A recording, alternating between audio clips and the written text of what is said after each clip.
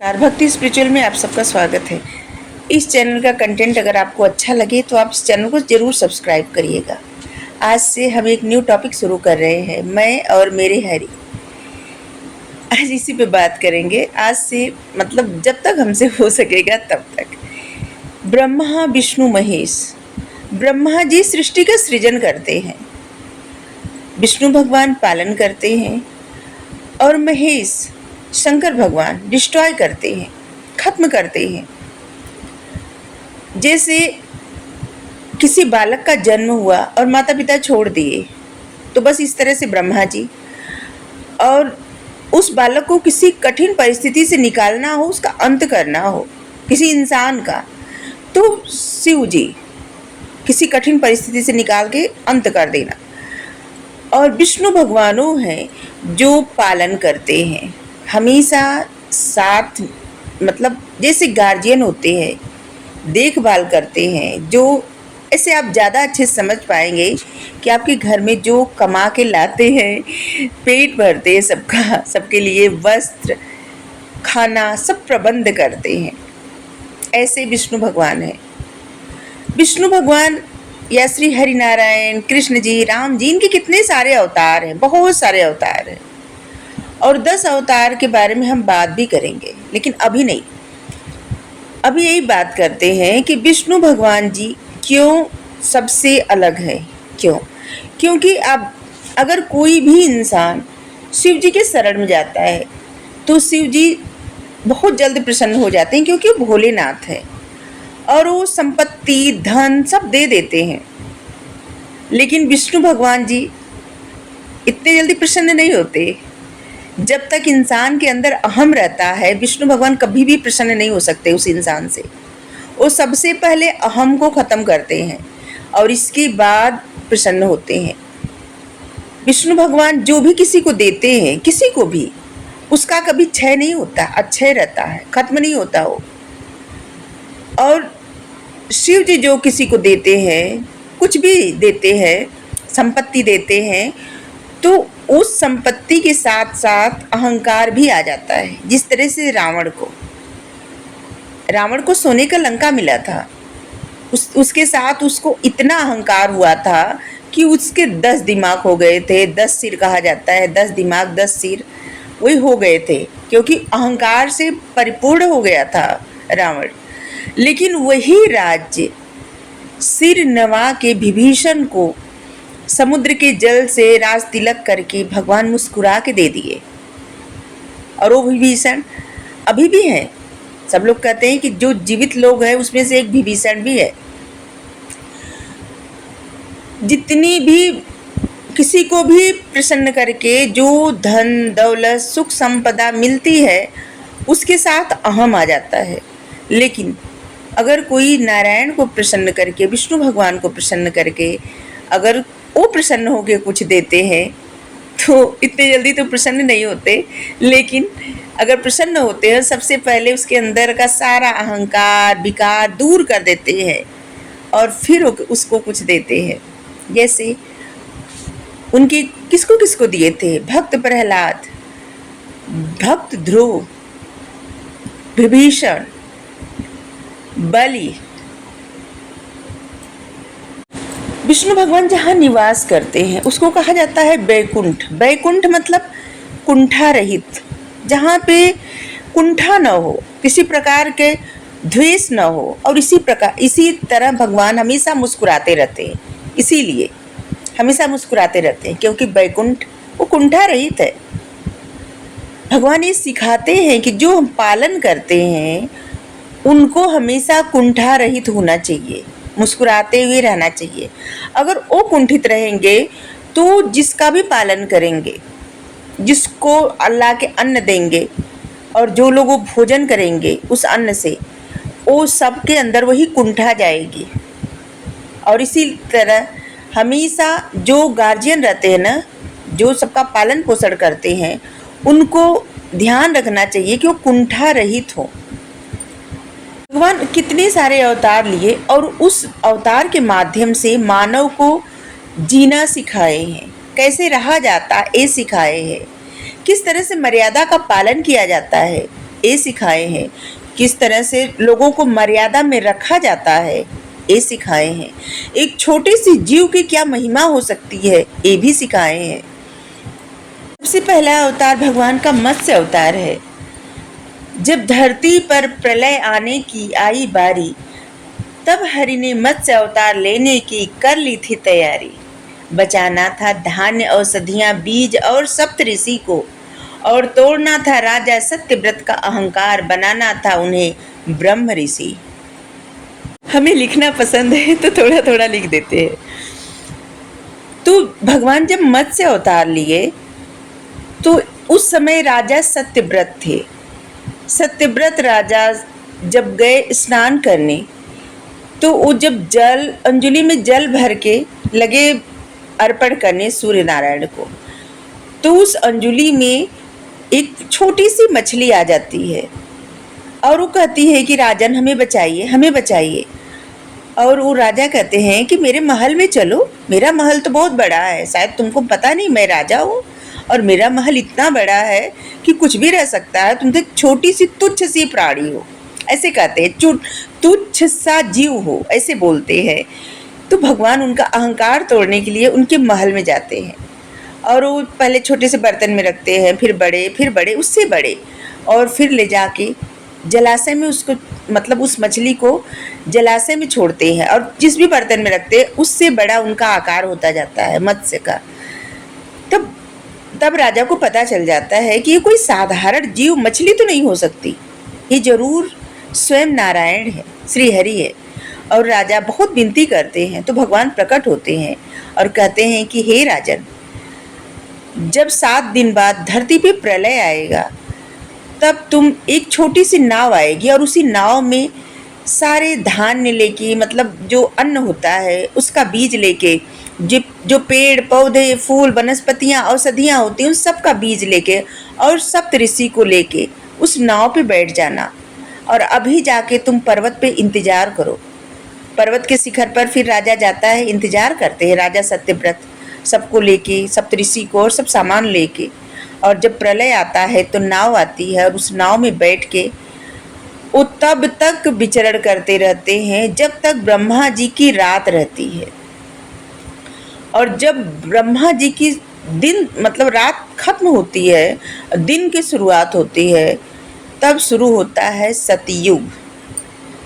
और वहाँ पे वही जो रहते हैं राजा सत्यव्रत, वही वैवस्वत मनु के रूप में प्रथम मनु वही बनते हैं। को एक अलग बात मतलब बहुत सारे लोग ऐसे हैं कि जहाँ सोचते होंगे कि मनु ने ये जाति धर्म वर्ण ये सब बनाए थे, ऐसा कुछ नहीं है। ये जो मनु स्मृति लिखी गई ना, ये तो अभी गुप्त काल में लिखी गई थी और वो किसी और ने लिखा था। नारद स्मृति, मनु स्मृति, विष्णु स्मृति, याज्ञवल्क्य की स्मृति, एक जैसे होता है ना कि जैसे हम कोई पुस्तक लिखे और किसी महान व्यक्ति का नाम दे दें, बस इसी तरह से सिर्फ उनका नाम दिया गया था।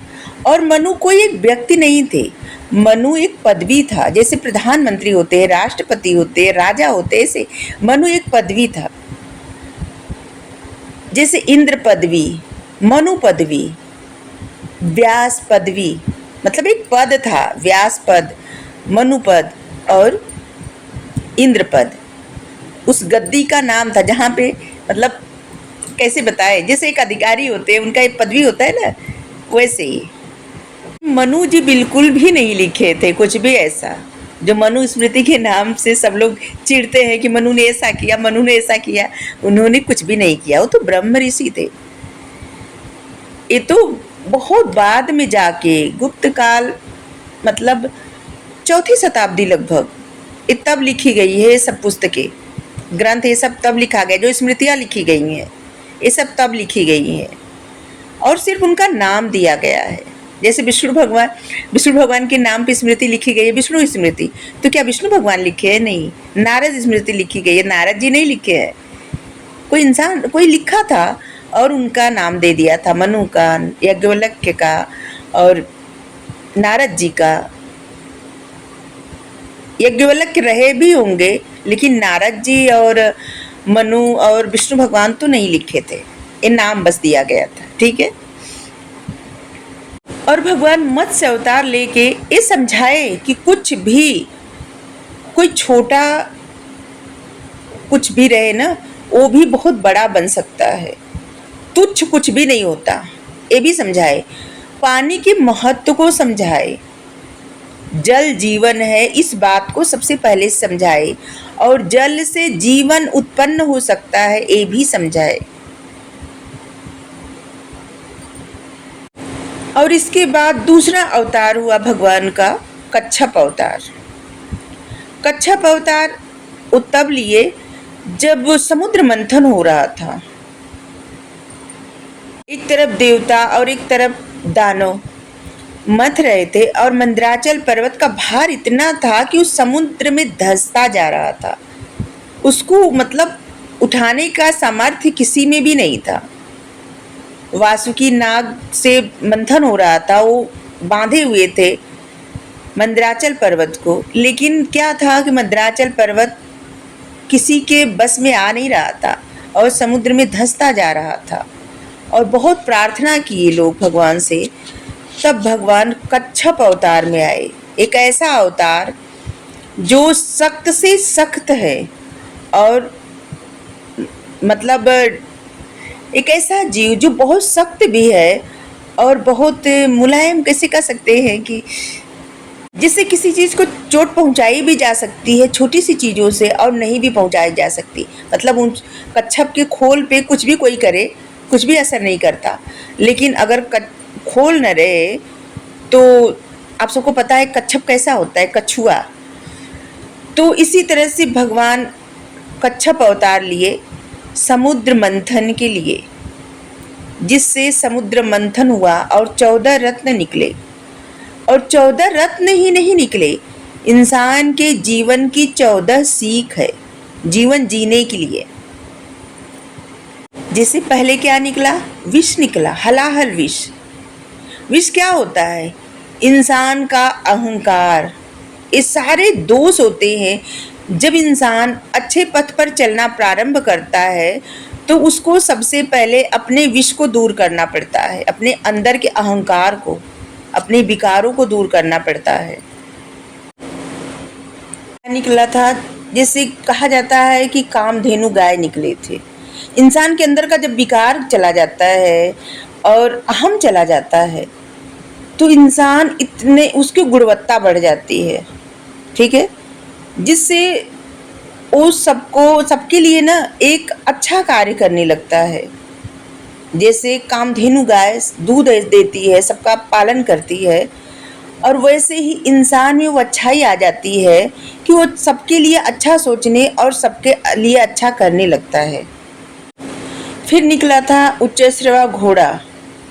इंसान की जब ये सब आदत आ जाती है तो इंसान का दिमाग बहुत तेजी से दौड़ने लगता है कि उसको क्या करना चाहिए, अच्छाई की तरफ जाने लगता है। और जब अच्छाई की तरफ जाने लगता है तो उसका सम्मान होने लगता है। चौथा क्या निकला था, एरावत हाथी, उसका सम्मान होने लगता है। एरावत हाथी जैसे हाथी का सम्मान होता है, बस उसी तरह से। और इंसान को कोई फर्क फिर नहीं पड़ने लगता, मतलब किसी की बात से कोई फर्क नहीं पड़ता। एरावत हाथी की तरह, मतलब हाथी की तरह जीवन जीने लगता है कि वो अपने काम में मग्न रहता है, उसे किसी से कोई फर्क नहीं पड़ता, उसको जो करना है वो करता है और हमेशा अच्छे पथ के लिए अग्रसर रहता है। और इसके बाद कौस्तुभ मणि, मतलब इंसान का फिर क्या होता है कि इतना अच्छा गुण आने पर लोगों की नज़र में मान सम्मान बढ़ने लगता है, लोग पसंद करने लगते हैं, और एक तरह से जो न दिखाई दे ऐसा मुकुट लग जाता है, एक ऐसा मुकुट सर पे सज जाता है जो दिखाई तो नहीं देता, लेकिन सम्मान का मुकुट होता है। फिर इसके बाद निकला था कल्प वृक्ष। कल्प वृक्ष मतलब ऐसा वृक्ष जो सबके लिए लाभदायी हो, सबके लिए सुखदायी हो। इंसान का व्यवहार ऐसा हो जाता है जो हर किसी को सुख देने का प्रयत्न करने लगता है, हर किसी को, किसी में कोई भेदभाव नहीं, हर किसी के लिए सुखदायी। इसके बाद रंभा अप्सरा निकलती हैं। जब इंसान में अच्छा गुण, सब कुछ अच्छा होने लगता है, मान सम्मान आने लगता है, तो फिर उसके लिए ना क्या होता है कि बहुत सारी चीज़ें ऐसी आती हैं रास्ते में जो उसे डिस्ट्रैक्ट करती है, अपनी तरफ आकर्षित करने का प्रयास करती है। और जो लोग आकर्षित नहीं हो पाते, फिर उन पर लक्ष्मी माँ प्रसन्न होती हैं और उसे धन धान्य से भर देती हैं, क्योंकि इसके बाद तो लक्ष्मी माँ निकले थे समुद्र मंथन से। लेकिन जिसके पास लक्ष्मी धन, मतलब लक्ष्मी माँ जब प्रसन्न होती हैं तो धन धान्य दौलत से भर देती हैं। इसके बाद क्या निकला था? वारुणी, शराब, मदिरा। और जिसके पास बहुत धन दौलत हो जाता है वो मदिरा का शौकीन हो जाता है। और जो लोग इस मदिरा का शौकीन न हो, ठीक है, इतना सब होते हुए भी मदिरा का शौकीन न हो, सबके लिए अच्छा व्यवहार रखें, सबके जीवन में शीतलता लाए। चंद्रमा, चंद्रमा निकले थे इसके बाद, सबके जीवन में शीतलता लाए, सबके लिए उनके मन में एक इमोशनल बिहेव रहे, सबको माने एक समान, और जिससे भी बात करे उस इंसान के मन को ठंडक पहुँचे, न कि उसे बुरा लगे। ऐसा व्यवहार सब कुछ होते हुए भी, तभी तो चंद्रमा निकले थे और इस जीवन की सीख देने के लिए है। और इसके बाद निकला था पारिजात पुष्प, जिसके अंदर इतने अच्छे अच्छे गुण रहेंगे तो उसकी तो खुशबू, मतलब उसका मान सम्मान दुनिया में होगा, हर जगह उसके नाम से खुशबू मतलब पहुँचेगी, उसके नाम को सब लोग जानेंगे, उसको पहचानेंगे, और सबको उस इंसान से अच्छाई मिलेगी, न कि बुराई, और सभी लोग उसको पसंद करेंगे, जैसे पारिजात पुष्प को सब लोग पसंद करते हैं। बाद निकला था पंचजन्य शंख, मतलब जिस इंसान में इतने सारे गुण आ जाएंगे, इतनी अच्छाई हो जाएगी, तो उसका तो डंका बजेगा ही, तो शंख बजेगी। ऐसा ही इंसान दूसरों के लिए औषधि का काम करता है। धन्वंतरी, इसके बाद धन्वंतरी जी निकले थे जो कि अमृत कलश लेके आए थे। तो ऐसे लोग जिनके अंदर इतनी सारी खूबी, इतने गुण हो जाएंगे, तो लोगों के लिए औषधि का काम करेंगे, हीलिंग का काम करेंगे, दूसरों को सुख पहुंचाने का काम करेंगे, दूसरों के जीवन से विष निकालने का काम करेंगे, अमृत का काम करेंगे। आज के लिए इतना ही। इसके बाद भगवान के और अवतार हैं, और भगवान के बारे में कथा कहानी जो भी हम सुने हैं, जाने हैं, हमारी इंट्यूशन हमको बताती है, और हम इतिहास के माध्यम से भी आपको तथ्य बताएंगे, क्योंकि हम बस ऐसे ही नहीं, इतिहास साथ लेके, और तभी तो बता पाए कि मनु ने कुछ नहीं लिखा, मनुस्मृति मनु लिखे ही नहीं है, जो लिखे हैं वो सिर्फ उनका नाम दिए हैं। तो आज के लिए इतना ही। Thank you so much. Radhe Radhe. Thank you.